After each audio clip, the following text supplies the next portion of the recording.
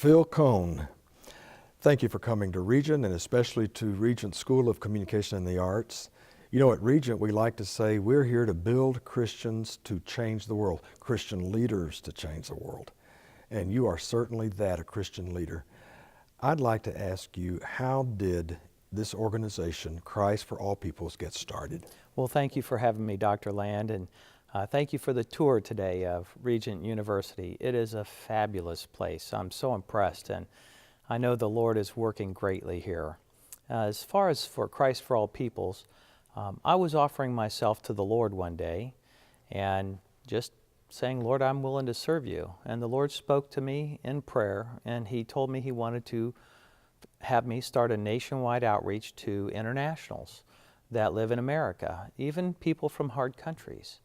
And so I said, how do I do this, Lord? And He said, do it in love and do it with gifts and acts of kindness. Wow.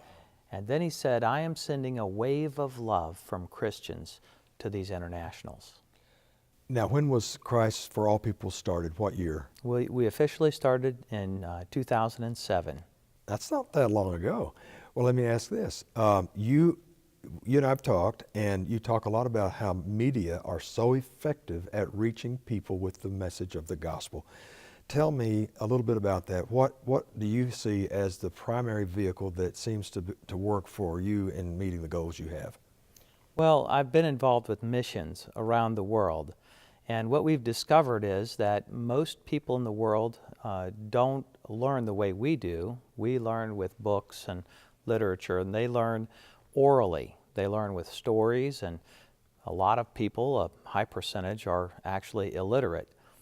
But even in literate societies today, media is taking over, and people are not, they're not reading as much. Even today, when people graduate from college, now I think the number is 45%, really don't pick up a book again to learn.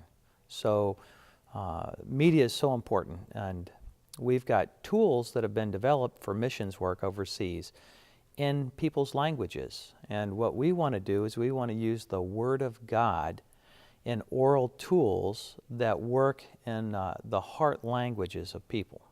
Well, Phil, we'll be praying for Christ for All Peoples and for your ministry, and thank you so much for modeling what we need to be doing more, and that is sharing with people from other countries that God brought to us in our milieu.